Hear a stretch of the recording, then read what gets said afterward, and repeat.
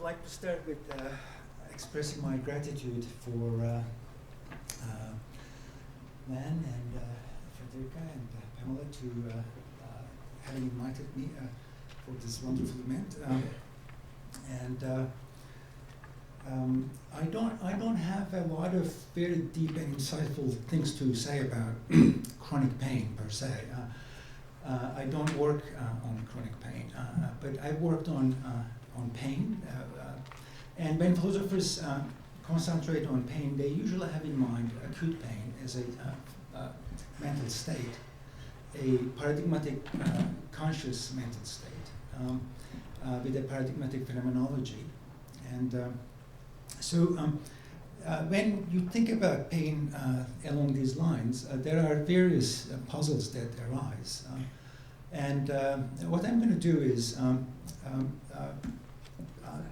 highlight some of these puzzles here, and not all of them, just a few of them, and also talk a little bit about the ISP definition of pain.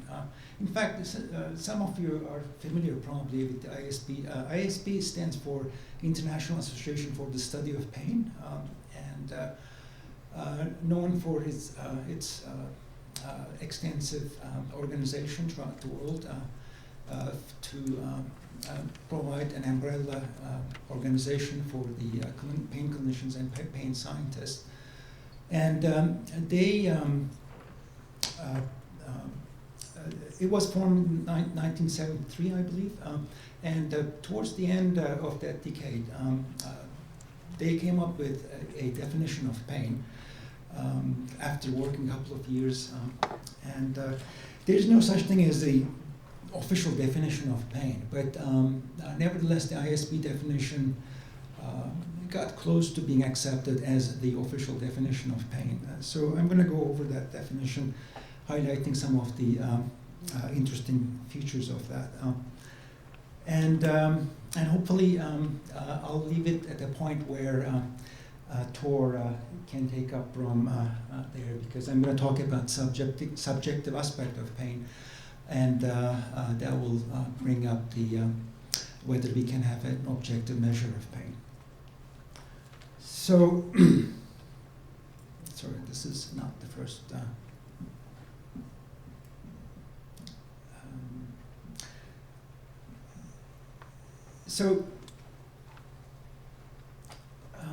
Let me just make sure that I have 20 minutes. Right? I'll just make sure.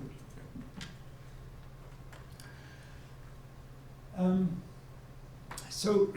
going to talk a little bit about ISP definition, and then talk a little bit about pain reports and the subjectivity of pains. And if I have time, I'll talk a little bit about pain affect. So here is the ISP definition of pain.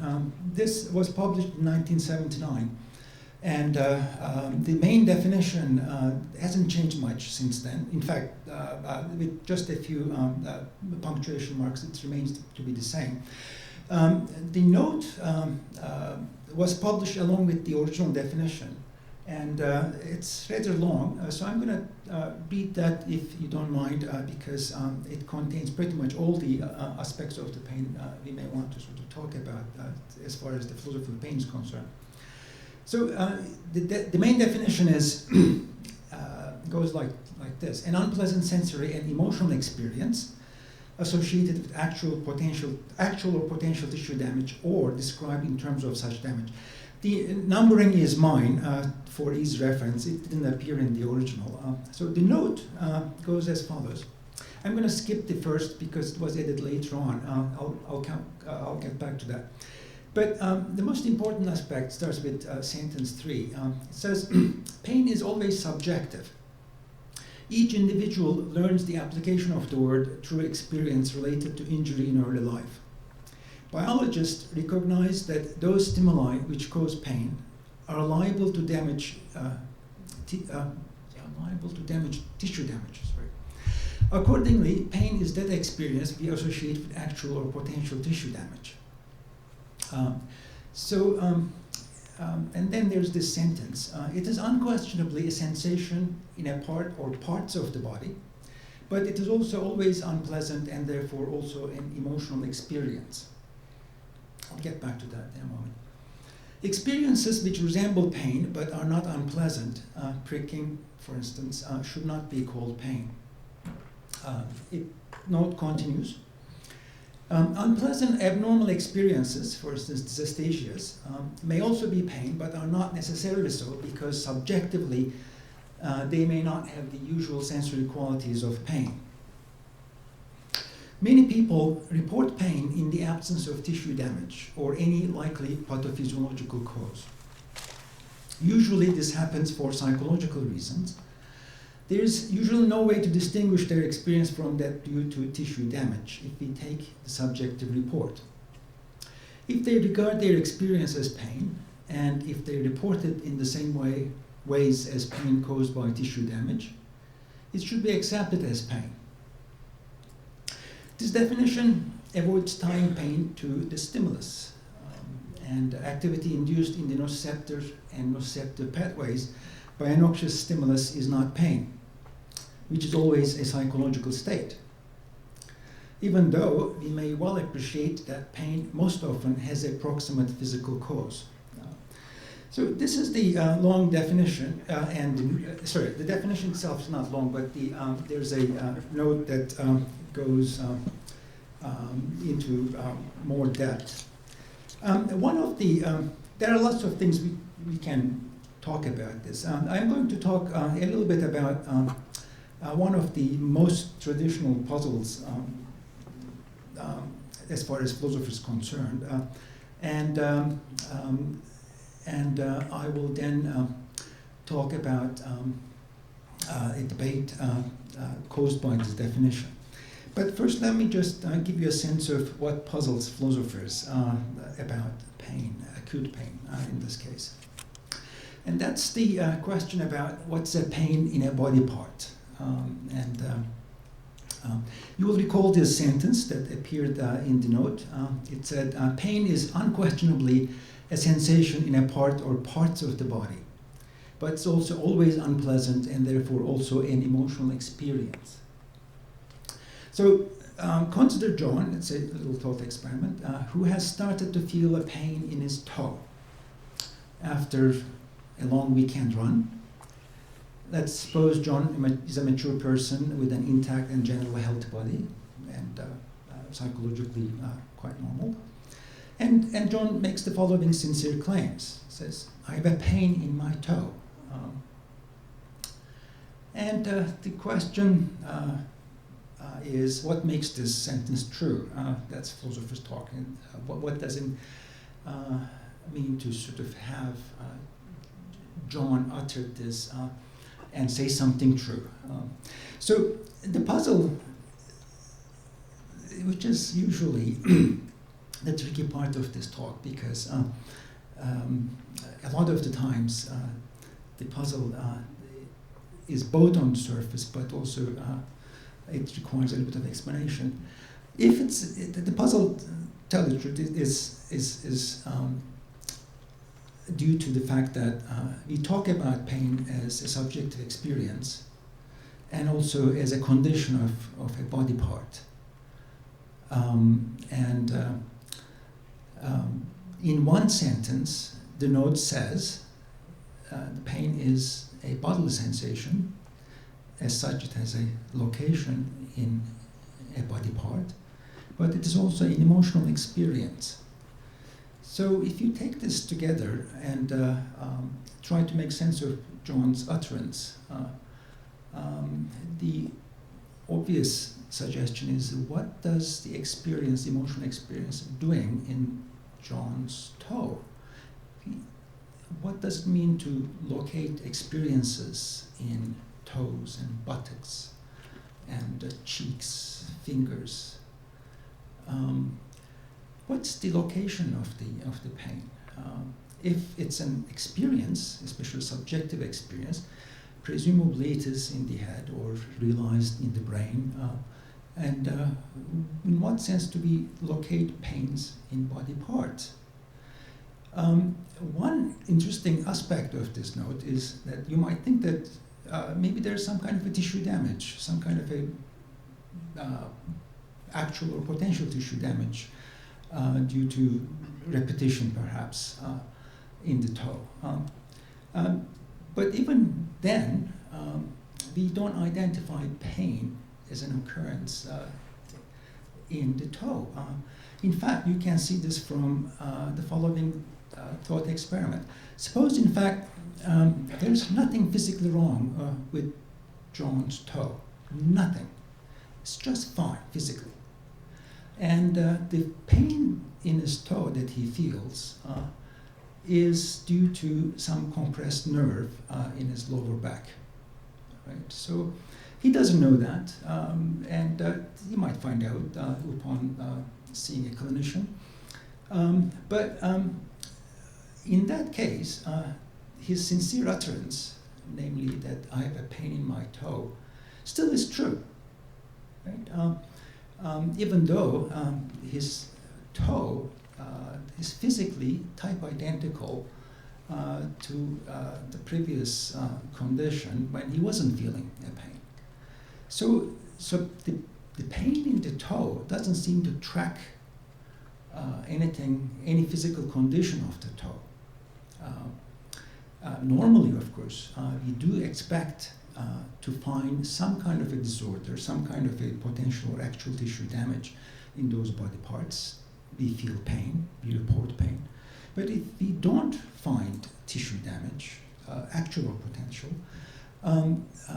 we don't say, oh, am I wrong? My pain was in my, I thought it was in my toe, well, apparently it was in my back, lower back. We don't say that. Unless you start to sort of feel pain in your lower back, of course, that's a different issue.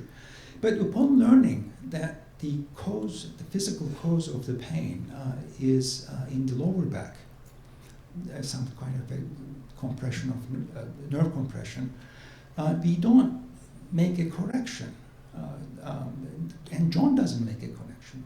I feel the pain in my toe. I have a pain in my toe. That sentence, that utterance, remains to be true.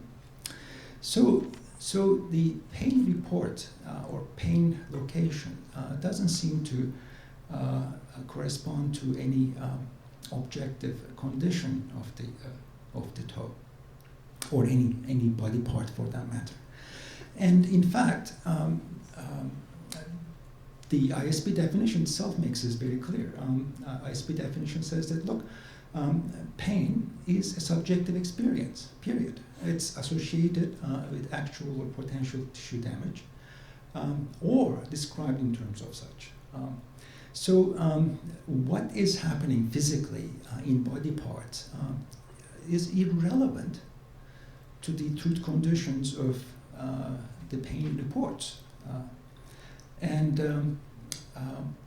Nevertheless, we need to come up with some understanding of what it is that we are doing when we actually locate pain in body parts, if we are not, attributing any physical condition or objective condition to those parts.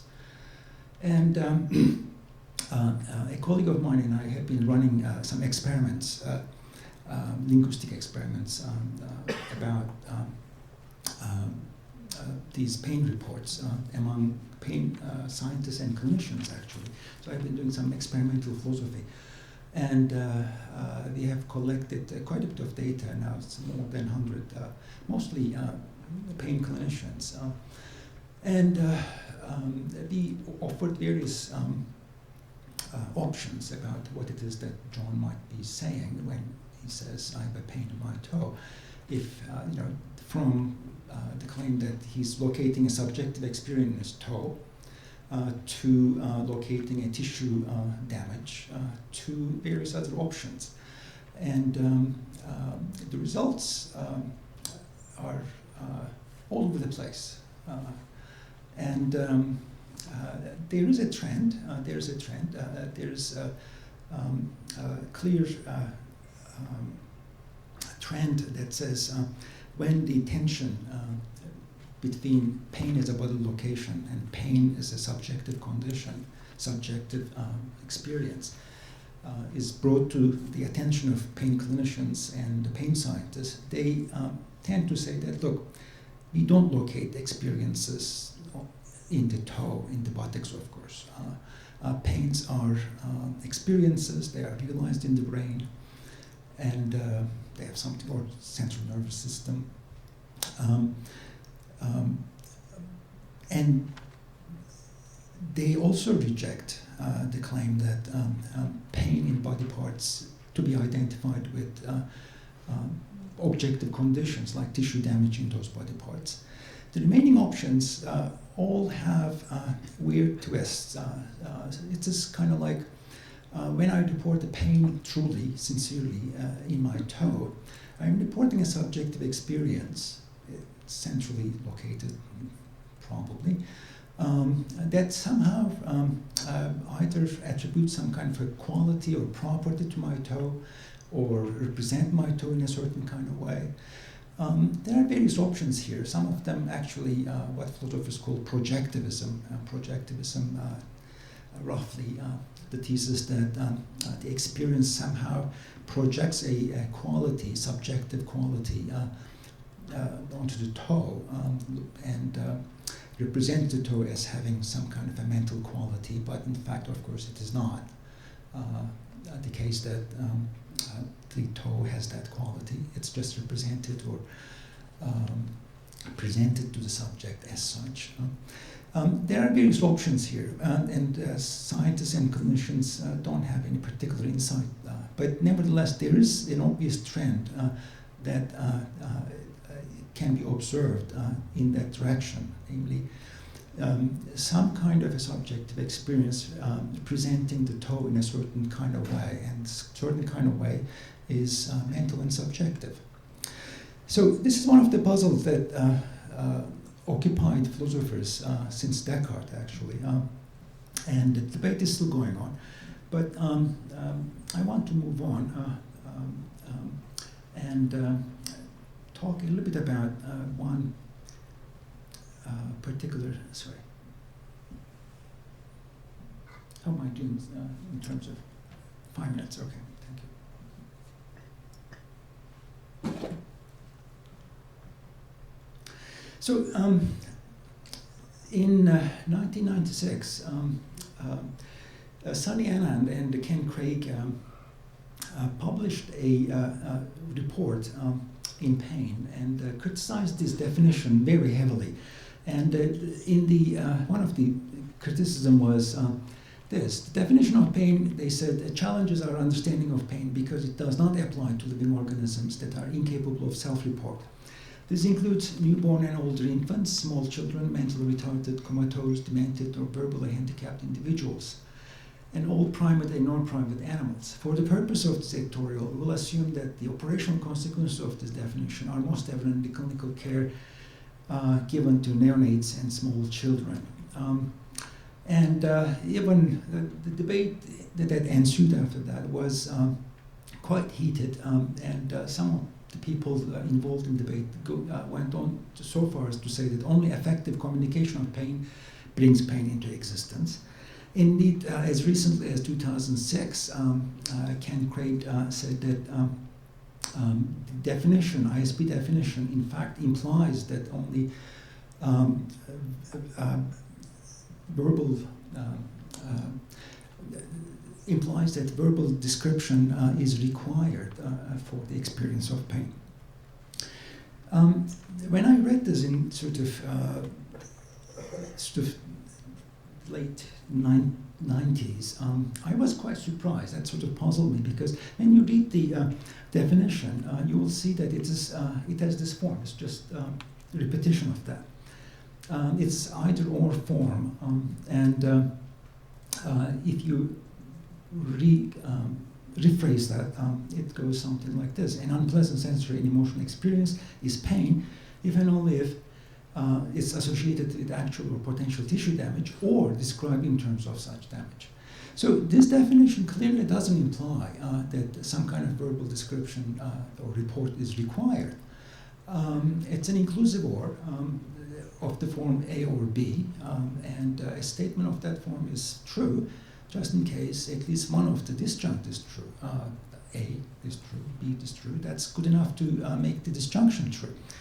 So why is this mistake? Even the critics of this mistake actually didn't notice that there was such a simple logical fallacy. I take it that that's because of the following. In the note, there is this passage, and this passage, you will recall, goes something like this. Many people report pain in the absence of tissue damage or any likely pathophysiological cause. Happens for psychological reasons, and there's usually no way to distinguish the experience from that due to tissue damage if we take the subjective report. If they regard their experience as pain, if they report it in the same way as pain caused by tissue damage, it should be accepted as pain.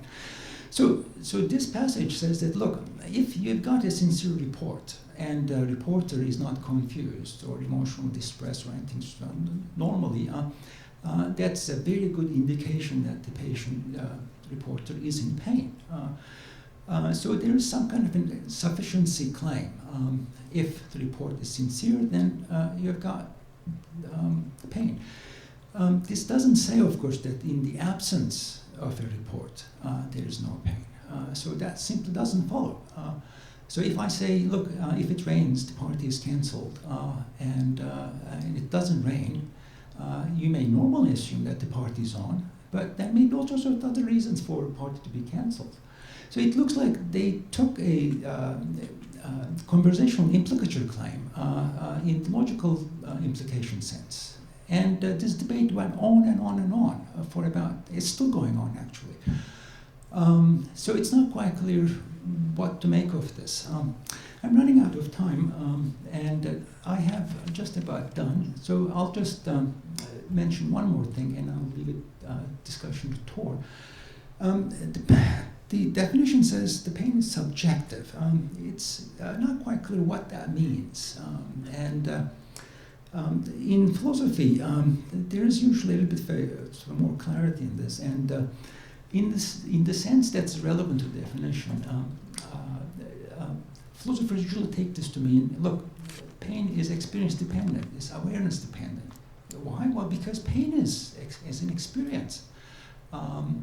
If pain is an experience, conscious mental occurrence, then of course it is experience dependent, trivially.